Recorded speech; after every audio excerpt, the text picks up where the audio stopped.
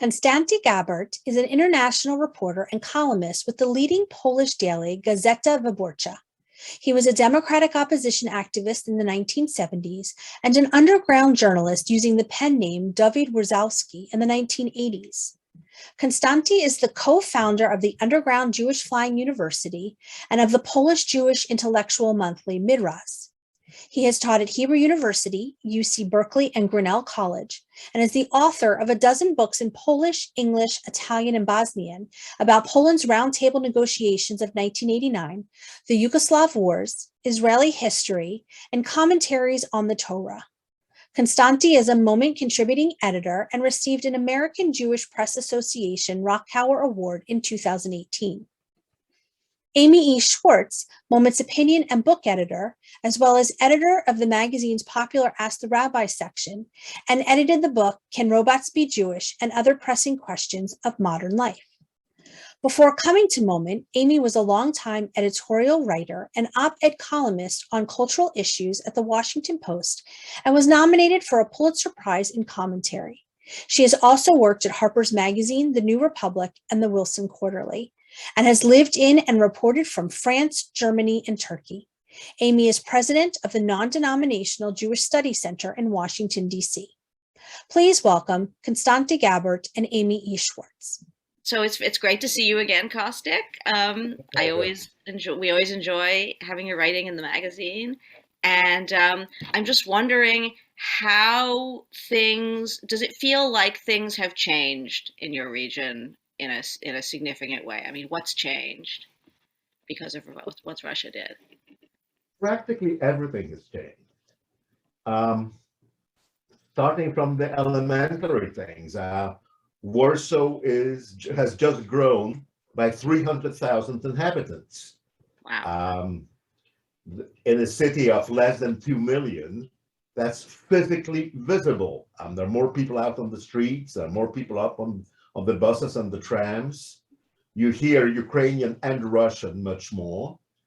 And I happen to live halfway between the two embassies, the Ukrainian and the Russian one. So I spend a lot of my time expressing support and disgust in the company of thousands of other Warsawers. Out in the street demonstrating, you mean? Yeah. But I don't have much time for that because like 68% of the population of the country, I'm actively involved in providing relief, as are all four of my children, as is everybody I know. And in fact, this extraordinary effort of civic solidarity really feels like Poland 80-81, the beginnings of the solidarity movement. Do you think, is this the first time Warsaw, I mean Poland in general, but Warsaw, since that's where you are, has had this kind of openness to a flood of refugees, as far as you know? It's the first time since the war when anywhere in Poland, I mean, when I say the war, I mean World War II in this sentence, as in our part of the world, it's always important to keep our wars separate. We never had, since World War II, this kind of refugee flows. And we've had already successive waves of refugees, Bosnian War, Chechen War, almost 100,000. And last year, refugees coming in through Belarus, stopped by the Polish authorities. But if they managed to cross across, deeper into Poland, many of them were actively assisted by people, but nothing on the scale that we see today. The difference being between several thousand and almost 2 million, which is the total number of Ukrainians who have crossed into Poland as of yesterday.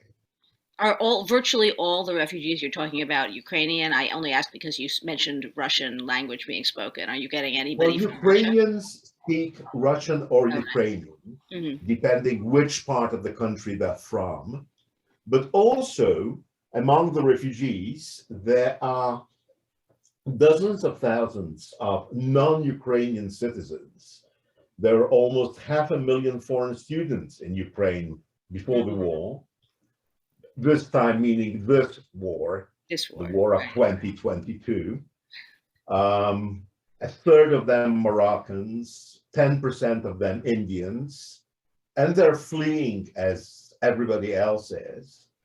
There were dozens of thousands of guest workers in Ukraine, both labor imports from poorer countries, substituting for the Ukrainians who moved to work, say, to Poland, for example, and also high-placed IT personnel, managers, whatever.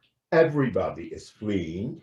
And here there were very clear problems of racism. Effective racism, if not necessarily intentional. Ukrainians simply gave priority at the border cross points to women and children.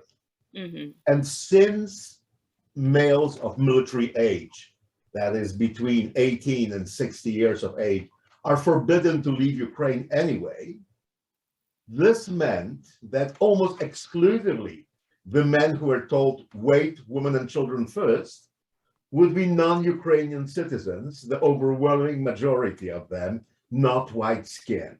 And this gave a clear impression of racist discrimination on the Ukrainian side, even if, in fact, that was not the intention. Are non-Ukrainian students, like, for instance, guest workers, being asked to stay and fight in the military? No, they're simply told the waiting time on the Ukrainian side to cross the border can be 2 or 3 days. And they're told, women and children first, you guys have to wait, right? Right. So once they cross into Poland, eventually, Poland accepts anybody fleeing Ukraine, but it provides benefits only to Ukrainian citizens.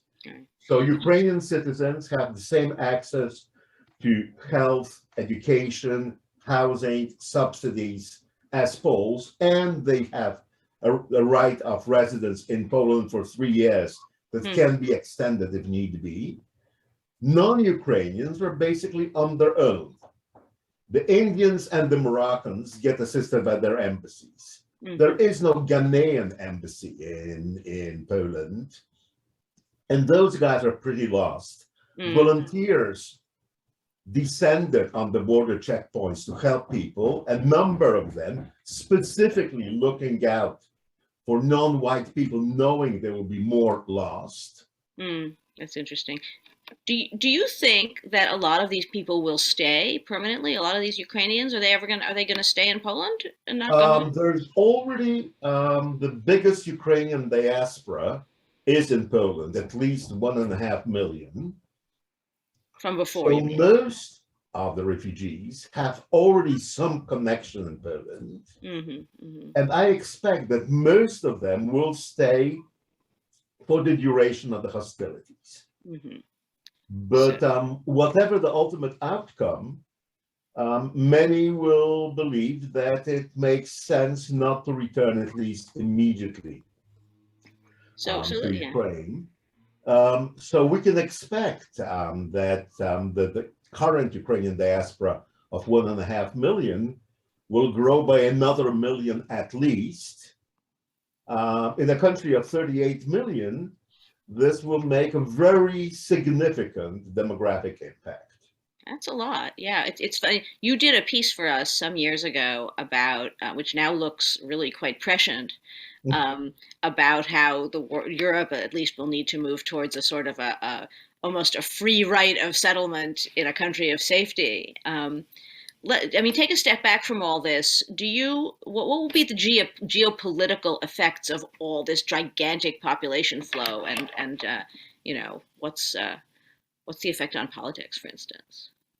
Frankly, try answering the question of the geopolitical impact of World War II in 39, try again in 41, again in 43, and again in 45, and you come up with completely different answers, right? Mm-hmm. Mm-hmm. So, first of all, no, we do not know how this ends. And one of the scenarios invoked by President Putin is using nuclear weapons. And So we really do not know how this ends. in the mega sense, whether we have a civilization, you mean? Yeah.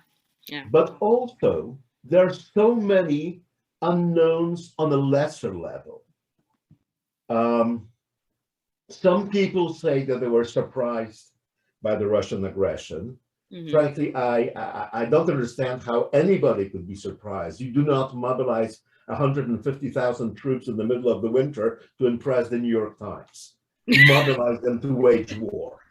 Mm-hmm. So the fact that the Russians will invade was a given from early this year. So does that mean you don't think it could have been stopped by better diplomacy or different diplomacy, or you don't think they could have? Well, yes, if Putin would have gotten without the war what he wanted, he probably would have been stopped now and given a major incentive to want more, right? Mm-hmm. What he wanted, meaning control of Ukraine?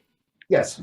Right. I mean, we know his basic compromise points that if Ukraine relinquishes its sovereign territory in Crimea, in the Donbass, puts in its constitution a vow of permanent neutrality, demilitarizes, disbands what Putin calls Nazis, which probably means any political movement at all, since there is no substantial Nazi movement in Ukraine, and accepts Russian control of all that, Putin just might let them live, right? Mm. So if Ukraine had agreed to that before the war, there probably would not be a war over that. There might be a war over something else. But the surprise is not that Russia invaded. The surprise is not that it invaded so brutally and viciously. We've seen Russia wage war in Chechnya, in Syria. It's doing the same in Ukraine. There was no reason to expect otherwise. The two big surprises is how well the Ukrainians have resisted this onslaught. And here I confess my expectation was that they would fold within a week to 10 days. And second, the fact that the West got its act together and actively resisted the aggression, which was way beyond my my idea of things that are remotely possible. Do you credit Biden with that? How is he viewed? Biden was not viewed very positively in Central Europe for different reasons amongst the liberals and amongst the conservatives, and he certainly has risen to the occasion. But even if we take Trump into consideration, this is really no longer a world in which individual politicians decide. Regardless of what Biden had wanted, he would not have gotten it if Congress was not behind him. But even if Biden and Congress were united, it still needed convincing the Germans that they need to reverse more than half a century of consistent policy of placating the Russians. This is just an accumulation of almost impossibilities, which is why I confess, while I was not at all surprised by the Russians, I was very pleasantly surprised by us. So, and do you think that, what are you hear? Do you hear from people in Russia? I mean, I know you're reporting. Are they surprised by this? What are you hearing? Well, many Russian sources I no longer talk to. The anecdote making the rounds in Russia is, and I called a friend of mine to talk about Kharkov, which is the Ukrainian city being bombed by the Russians. And turns out I didn't have a friend. It was just a louse that I was acquainted with. This is your anecdote, or everyone is saying things? No. It makes the rounds in Russia. Oh, Many people are genuinely convinced by Putin's propaganda, essentially because they cannot countenance the alternative. because they cannot. They cannot accept or even imagine the alternative. Oh, that their country would do this, that Putin Yes. would do this. Yes. So they do not believe the. No. The official explanation is that the cities are being bombed by the Ukrainian neo-Nazis that Putin is protecting the Ukrainian population from. Wow, it's like the Cold War. No, because in the Cold War, everybody knew what was what and who is who. Mm. There were places where you could say it. There were places you couldn't say it, but people knew. This time, there seems to be a genuine willingness to not know. Mm. What do you attribute that to? On the balance, the 20 Putin years were not the bad years for Russia, especially compared to the economic disaster of the 90s.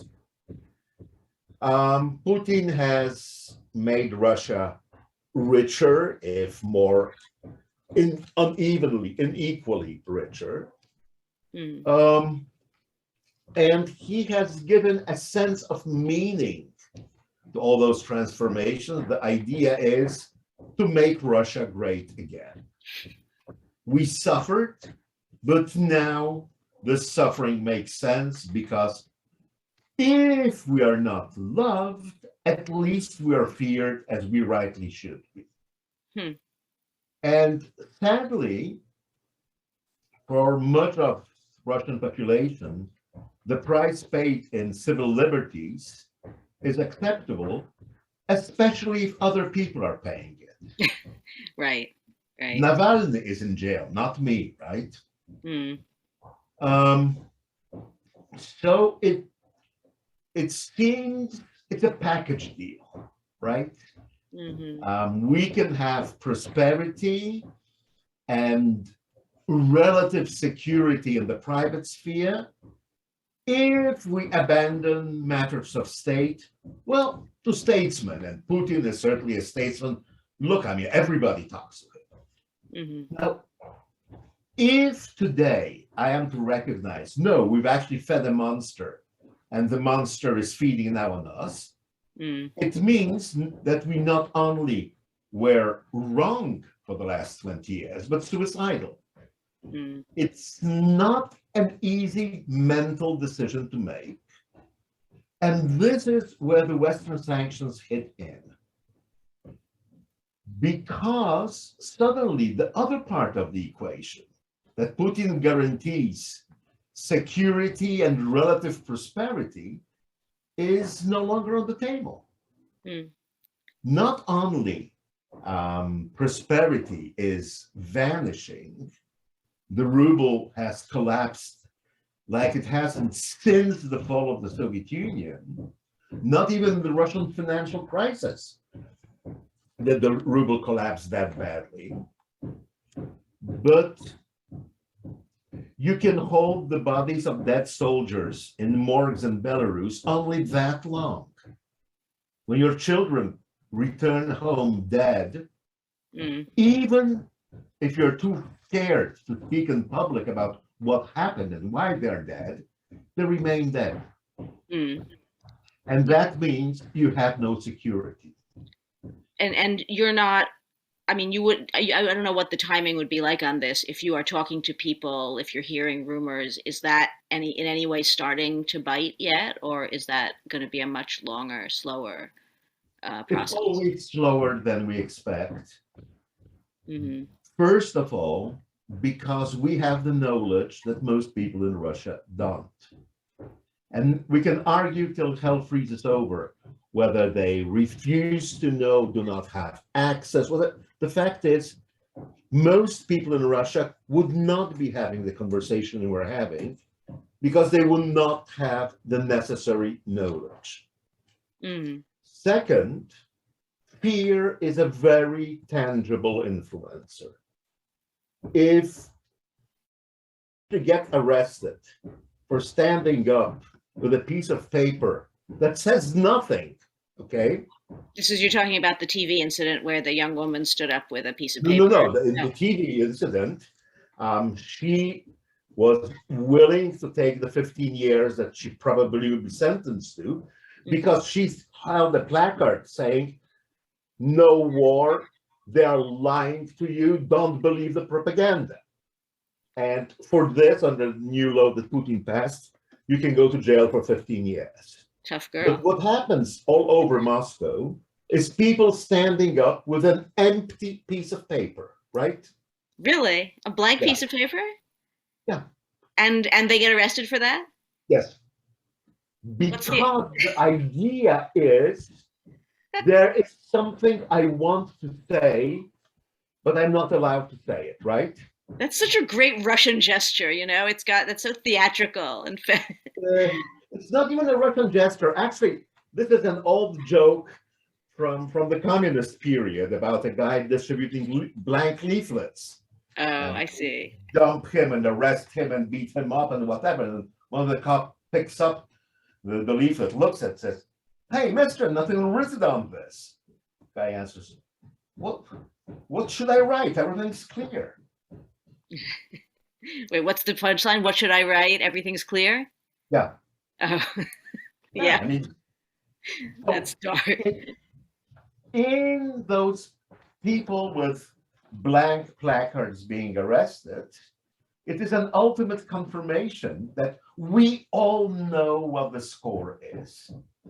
There's no need to express it, right? Are you saying that's happening now, or that isn't? Yes. Or that's happening now in Moscow? Oh, so people do. So some people know something. Some people know something. Yeah. Yeah. Yeah, but it's never enough that some people know something. Right. You need to have a critical mass of people knowing a lot. And it's only after the fact that you can say that this was the sufficient number. You don't know the sufficient number until it works. Right. And second, in a dictatorship, popular reaction by itself is never sufficient. There needs to be a change of heart amongst the immediate political power base of the dictator. No dictator is alone. They always depend on people who trust them or fear them or are bowed by them. Each of those attitudes, in theory at least, can be subverted. Losing your material privileges, like a $500 million yacht. I always wondered why they use the word yacht instead of aircraft carrier. But anyway, losing that piece of hardware is a good incentive to start questioning your loyalties. Yeah. Not being able to send your kids to study at Oxford, and instead they would actually have to study in Russia with all those unwashed Russians. That too is a good incentive. So what we're speaking about is a cumulative process which eventually leads to the point when the leader knows that there is enough dissent to make loyalty questionable. And this is where the piece of paper with nothing written on it suddenly finds itself inside the Kremlin. Because at this point, I know I cannot rely on you, and you know you no longer want to rely on me. At this point, dictatorships crack. This is Yanukovych in 2014 at the Maidan. Remember, the Ukrainian president was deposed by a popular movement. Right, right. And the turning point came when Yanukovych ordered his personal helicopter to be fully filled up with gas for a flight that would take him to Moscow. And when the news spread, that it was over. The people who were killing people to protect him an hour ago packed up and decided he's leaving, we better leave ahead. Oh, interesting. So it's funny because in our lifetime, this is many eras of history, people couldn't say this, but in our lifetime, yours and mine, we've seen so many sort of bloodless revolutions, where that happened, where the dictator just suddenly turned around and fled, and the government fell without a lot of bloodshed. So this is a very unfamiliar moment. It seems to me. Maybe not. Does it not seem that way to you? Um, we are certainly under the impression of the bloodless overthrow of communism in '89, which obviously was something that wasn't supposed to happen, right? Right. In so many levels, yeah. But Ceausescu did get executed. Right. Several hundred people were killed on that day in Budapest.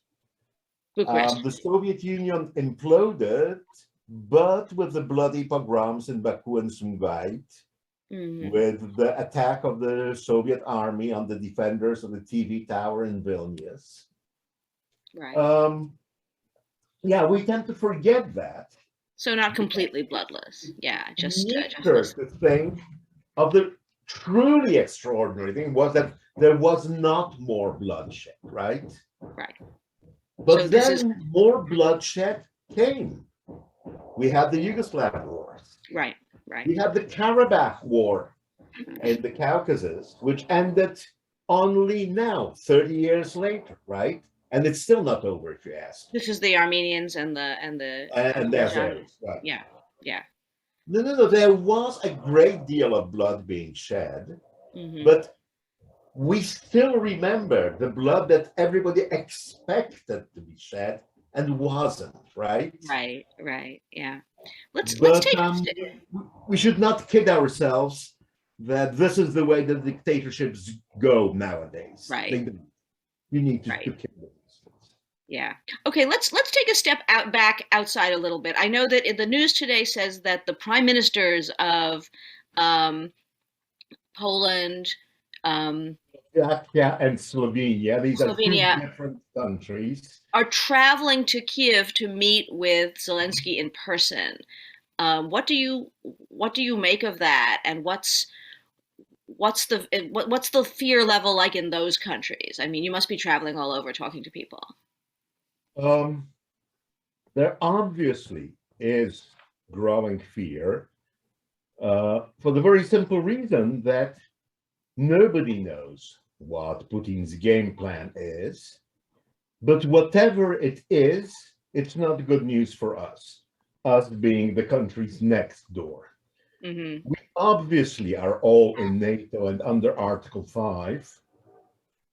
And nobody challenges the idea that the Americans are willing to risk New York to protect London or Berlin.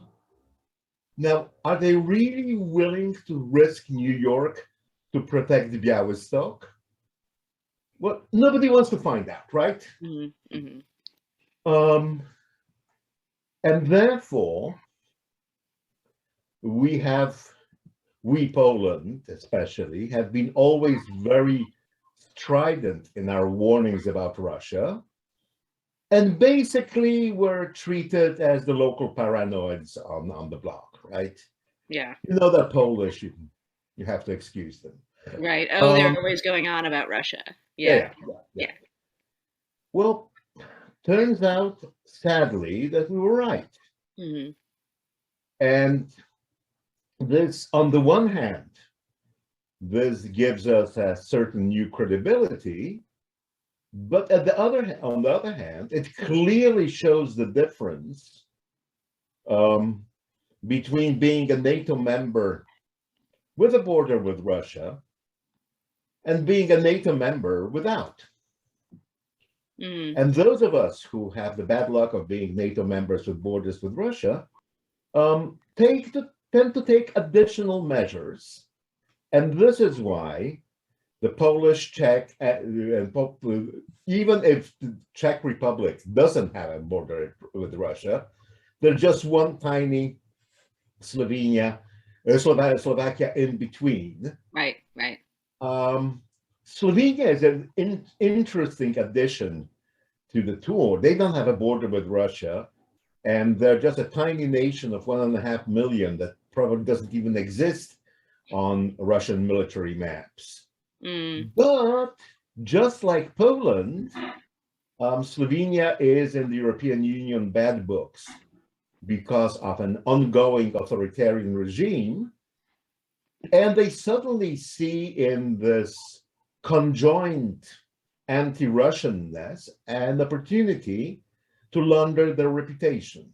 The interesting thing is that Poland, Czech Republic, Slovakia, and Hungary together are part of the four-nation group within the EU called the Visegrad Group, which usually tries to speak in one tongue to increase its negotiating power within the EU. Hungary is not invited. Hungary has already adopted a very divergent policy. Instead of warning about Russia, it's ingratiating Russia, okay? Do you think that's, yeah. And therefore is not welcome on this warning trip, which is to be an expression of unchallengeable solidarity with the Ukrainians and with President Zelensky.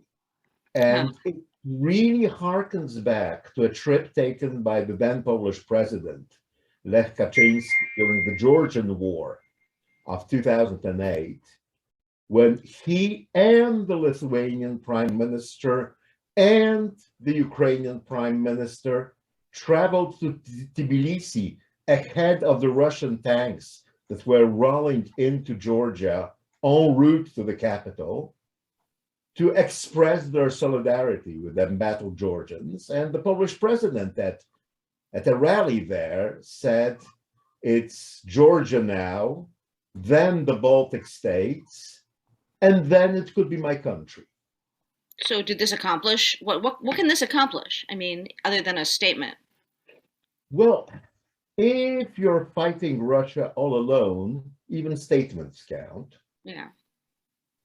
But second, I think it made it more difficult for the EU to just abandon Georgia to the Russians.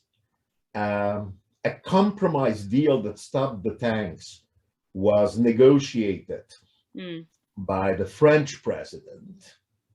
But that compromise probably would have been much worse if not for the presence of those four countries in Tbilisi as the tanks were rolling in. And you think something like that this is what they hope for in this case? Something like that? A better deal? Yeah. A ceasefire? No. It means stiffening our resolve. Putin was not impressed by Kaczynski in Tbilisi. It's for us. He will not be impressed by Morawiecki in Kiev. But just possibly, Brussels will have to take this into consideration in its further dealings with Putin, the way the French had when Kaczynski went to Tbilisi. What's been the effect on governance inside of these countries? Do right-wing governments become more right-wing? Do they become less polarized? Are they more polarized? I mean, too early to tell. Nothing yet. Yeah. No. There is a lot of things, but they go in different directions. On the one hand, when you've got war on your doorstep, that usually helps the incumbent, right? Do not change horses in the middle of the river, etc. Right. But second, public opinion polls show that 2/3 of the Poles want the Polish government to end the war it's having against Brussels over issues of rule of law, accept the demands of Brussels, and just move on. We've got more important things to do, right? Just quickly, your rule of law, what are the leading, is it the one about the courts, or is there? It's about the courts. Essentially, this government has consistently tried to subordinate the judiciary to the executive, Right, right. to the Yeah. point of firing judges and packing courts. And it has been largely successful because of the majority it has in parliament. Right. But those measures have been roundly denounced by the European Union we're part of.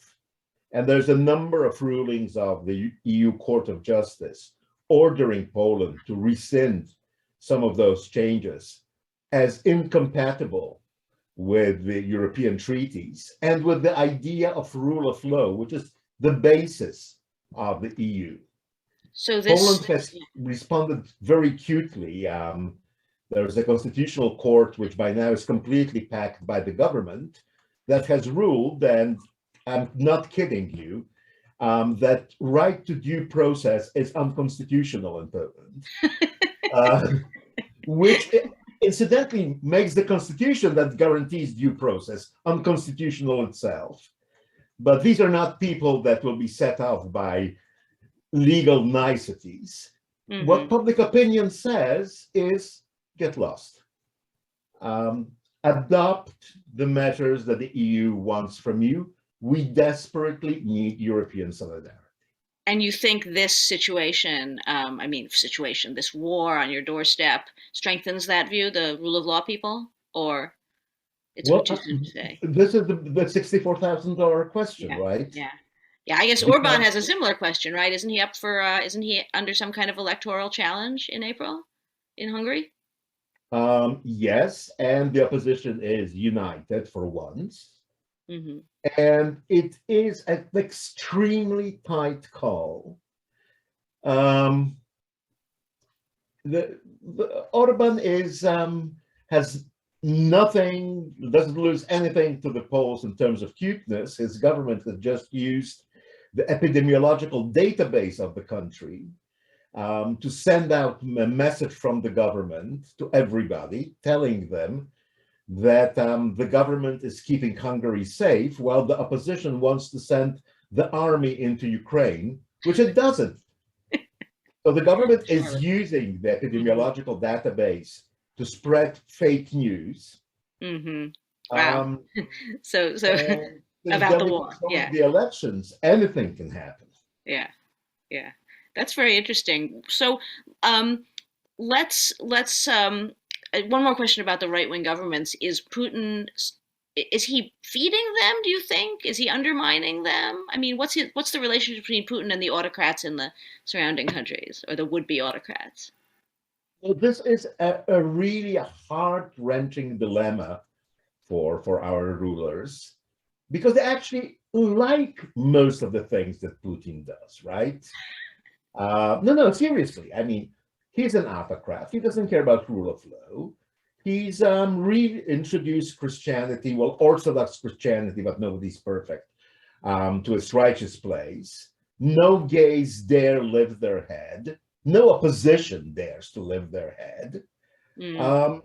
It's essentially the model country that our government would like Poland to imitate, but it's Russian.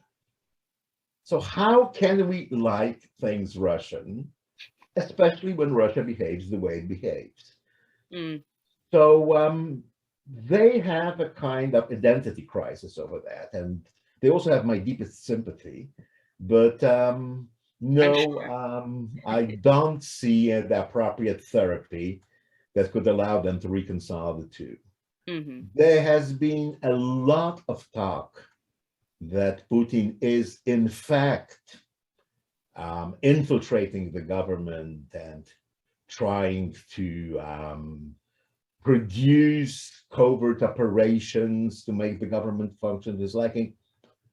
I don't know if this is happening or not. My guesstimate is that our government is stupid enough to do all those stupid things on their own without having Putin's agents direct them. But on the 27th hand, just 2 days ago, was a major public event with the First Lady meeting with refugees. And the gentleman who was her interpreter is a guy who spent 3 years in jail under the accusation of being a Russian spy, and he's still awaiting trial. Well, exactly. The Polish First Lady? Yeah. Wow. That's pretty Well, interesting. exactly. Wow. Yeah. I Huh. mean, Go figure. had he been the last person in Poland who speaks Russian, he still should not be the first lady's interpreter, right? That's quite odd. Huh. All right. But I Exactly. know, yeah. So I can't keep you all day, but we have to go. Let's take one more step even farther away from Ukraine for a second. And I want to ask you about the role in all this of Turkey and of Israel. Well, both countries are sitting on a fence, and they discover the advantages and disadvantages of that particular position, Right. which Trying to was, help, right? well, they're certainly trying to help themselves. Mhm. And, well, look, more kudos to them. If they succeed, they have all the right to a round of applause and juicy contracts with both countries. I just don't see anything to compromise about.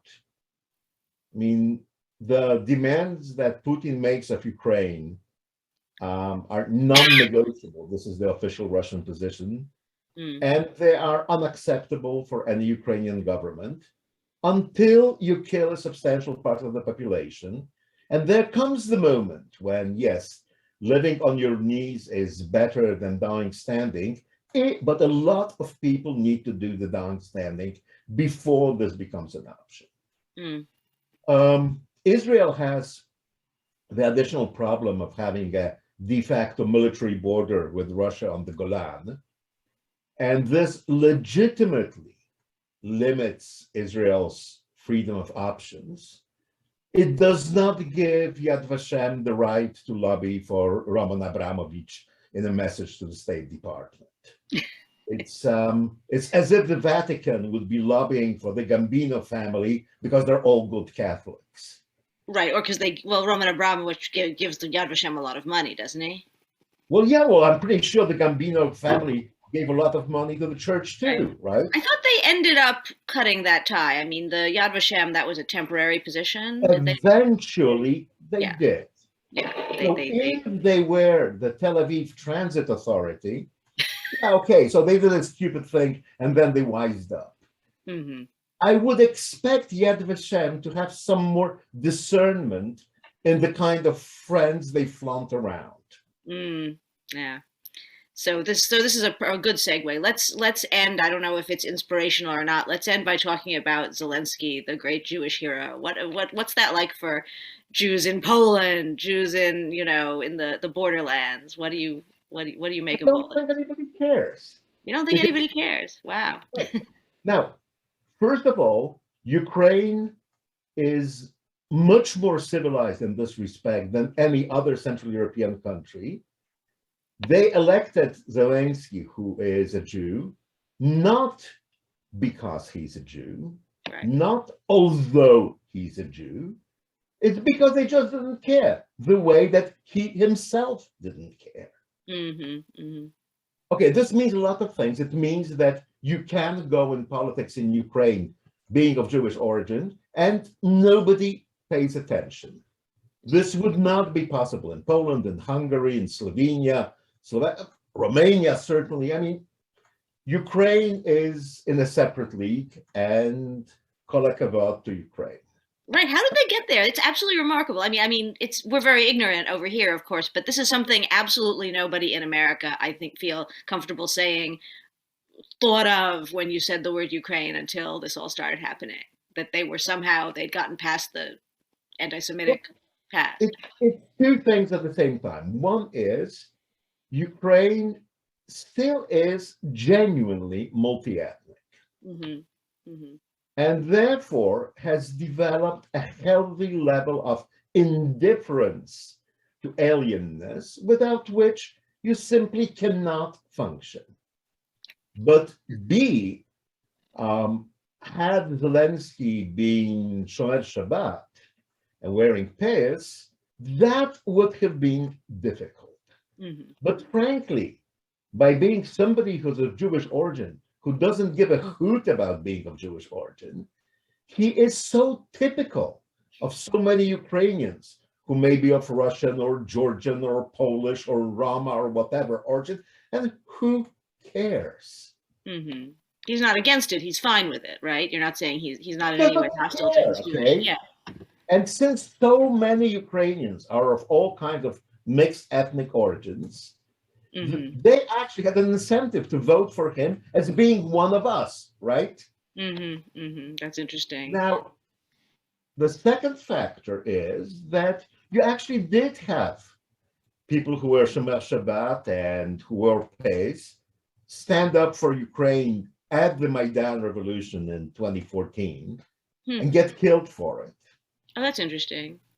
And therefore, nobody dares to challenge a Ukrainian Jew's patriotism because he's Jewish, because they passed the test. I mean, there is no bigger test, right? Now, having said that, Zelensky is exploiting his Jewishness for political reasons. And again, more success to him. I mean, if he manages to use this tool of emotional blackmail to get some more support than he would have gotten had he been a pure-blooded Aryan, wonderful. We should only be so lucky, right? Absolutely, yes. But this is not Jewishly relevant. What is Jewishly relevant is the Jews being killed by Russian bombs in Kherson, and the Israeli medical point at the Polish border with Ukraine, and the Jewish community rapidly adapted a legacy synagogue in Przemyśl to be used as a refugee reception center, and the refugees, Jewish or non-Jewish, that are already in the care of the Jewish community in Poland. Mm-hmm. All this is Jewishly relevant. That Zelensky is also of Jewish extraction, well, would have been relevant under the Nuremberg laws. Apart from that, right. Huh. When you say it's Jewishly relevant that all these Jewish refugees are in Poland and the Polish community is doing this, do you mean it changes sort of the Polish environment? Does it so many more Jews in Poland again? Does that no? Well, okay, this is wishful thinking. Sorry. I mean, my dream for Poland is that eventually we'll be able to attract sufficient number of Jews from Ukraine and Russia to have a viable demography again. And 15 years ago, this was not a pipe dream. This seemed absolutely serious. Mm-hmm. I would not encourage Jews to resettle in Poland if they had another option, like, I don't know, Uruguay, whatever. Anywhere. So this is not about us improving our demography. It is about us finding out if we really believe what we believe, right? Is it only saying the things or actually doing them? And we are. The level of mobilization of the Jewish community is something I have not seen in years. And they're all out there actively helping anybody who needs help. I think that refugee relief is a Jewish family business. Actually, my wife of blessed memory had started the first Polish NGO that engaged in refugee relief, and there was an informal network of similar European NGOs that would meet every couple of months here or there just to exchange experiences. And Małgosia would say, and there usually is this one representative who's not Jewish and kind of feels they don't really belong, right? Refugee relief in Europe is a Jewish business. Interesting. The Finnish Refugee Council has 9 members, one of them not Jewish, in a country that has, yes, several hundred Jews. And those are mostly dealing with Middle Eastern Jews, right? Syrian refugees, people like that, not Jewish refugees. No. Until this war, there were very few Jewish refugees in Europe, but very many Jews doing refugee relief. That's very interesting. There's a cynical observation being made that the non-Jewish populations of, say, Poland and other surrounding countries seem much more excited about taking 1 million Ukraine, or the Germans for that matter, seem much more excited about taking 1 million Ukrainian refugees than they were about taking 1 million Syrian refugees. Absolutely. And there is a lot of racism going around. And even today, as we speak, the Syrians who got stuck in Belarus and trying to get to Poland are still trying to get illegally to Poland. They're still illegally being pushed back by Polish border guards, beaten up and sometimes dying. Just this Monday, we had a funeral of a Yemeni refugee who was left to die in a Polish forest. And there is an underground railroad of people smuggling those refugees from the border with Belarus into Germany, where they'll be safe. And they're risking a lot because if they get caught under the Polish law on people smuggling, they can do years in jail. And some of them are locals from the villages on the border. And if you ask them why they do this, some will say, well, this is because my grandparents helped Jews in the war, so I'm just continuing a family tradition. And some will say, well, this is because my grandparents didn't help Jews in the war, so I have something to catch up with. Wow. Maybe we should stop on that note. That's a very, compared to everything that's going on, that's a rather beautiful note to end on. We've taken an hour of your time almost. Okay. I would love to talk to you all day, but I'm sure there's more to do over there in Poland. There is a lot to do. Unfortunately, and at the same time, fortunately, one rarely gets the possibility of, well, actually changing the world a little bit. And it's heartbreaking, and at the same time, it's almost exhilarating. I mean, when you see a lot of people just doing the right thing together, this slightly changes your opinion of humanity as such. Wow. Well, let's hope let's hold that thought. Yep. Good luck with it. Kol hakavod. All right, and be safe, okay? And we'll talk to you again, I hope. And Okay, thank give you. everybody my bestest. Yes, thank you and write both. for us again. Thank you both for that fabulous conversation and for giving us a world perspective. We really appreciate it, and I know our viewers do as well. So thank you. Take care. Take care, Kostik. Bye-bye. Bye.